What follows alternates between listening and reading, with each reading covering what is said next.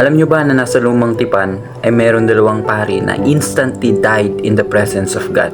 Not because of war, but because wrong worship. And this story ay matatagpuan sa Leviticus chapter 10 verses 1 to 2. Ang pangalan nila ay si Nadab at Abiho. Si Nadab at Abiho ay parehong anak ni Aaron. Sila ay pinili bilang mga pari ng Israel.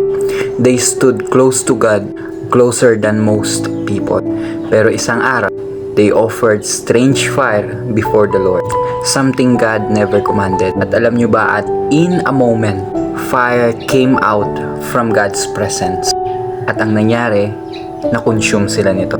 They died right there before the Holy God. At alam nyo kung ano ang sabi ni Moses? Sabi ni Moses, among those who come near me, I will be proved holy. At alam nyo kung ano yung naging reaksyon ng kanilang ama na si Aaron?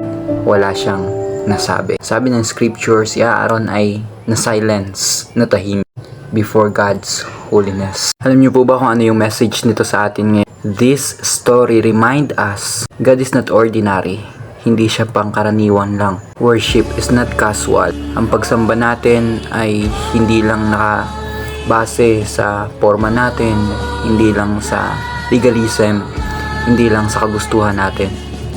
And closeness to God requires obedience and reverence, because true worship is not what we want, it is what God commands to us.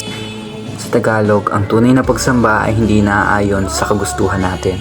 Ito ay nakabase sa mga utos ng Diyos sa atin.